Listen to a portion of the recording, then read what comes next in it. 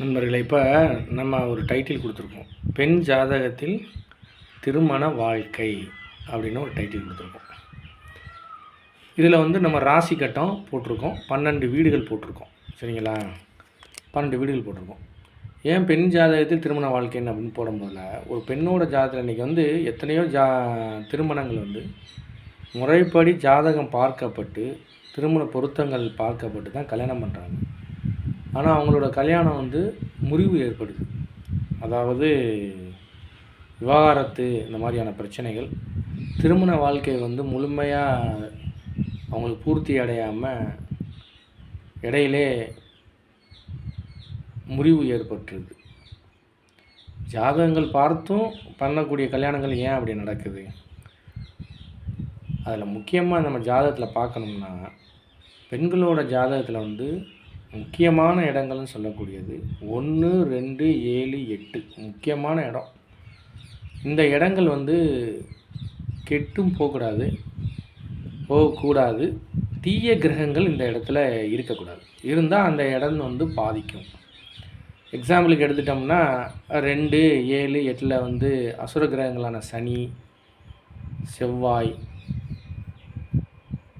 ராகு, கேது இந்த மாதிரியான நவகிரகங்கள் இருந்தது குருவினால் பார்க்கப்படலை அப்படின்னாலும் பாதிப்புகள் ஏற்படும்.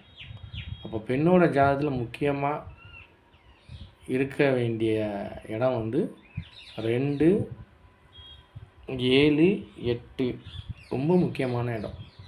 2 வந்து திருமண வாழ்க்கை, 7 வந்து கணவன் ஸ்தானம், 8 மாங்கல்யம், 9 கணவன் ஸ்தானம் தான். அடுத்து முக்கியமான 2 இடங்கள் 4, 9. சரிங்களா? இந்த இடங்கள் வந்து கெட்டு போகக்கூடாது. தீய கோள்கள் அந்த இடத்துல இருக்கக்கூடாது. ஒரு பெண்ணோட ஜாதகத்தை வந்து முதல்ல திருமண வாழ்க்கைக்கு எடுத்தோம்னா, அந்த கோச்சாரம் எப்படி இருக்குன்னு பார்க்கணும். அந்த கோச்சாரத்துக்கு தகுந்தாற் போல தான் ஆணோட ஜாதகத்தை இணைக்கணும். 2 கோச்சாரமும் சரியாக இருக்கும் பட்சத்தில் தான் பொருத்தமே பார்க்கணும்.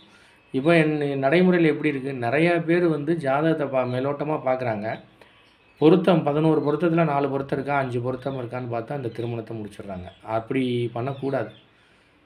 பெண்ணோட ஜாதகத்தில் கோச்சார அமைப்பு எப்படி இருக்குது, இந்த ஸ்தானங்கள் எப்படி இருக்குது, ஆணோட ஜாதகத்தில் கோச்சாரங்கள் எப்படி இருக்குது, ஸ்தானங்கள் எப்படி, கோச்சார பொருத்தம் நல்லா இருந்தது அப்படின்னா அவங்களுக்கு நீங்கள் ஜாதக பொருத்தம் 11 பொருத்தத்தில் எந்த பொருத்தம் வேணாலும் பார்க்கலாம்.